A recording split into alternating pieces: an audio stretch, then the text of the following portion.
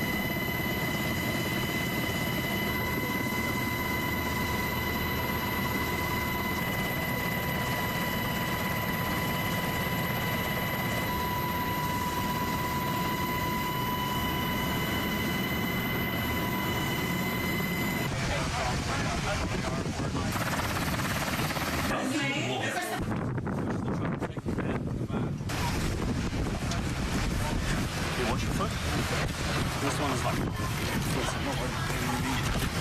Volunteer?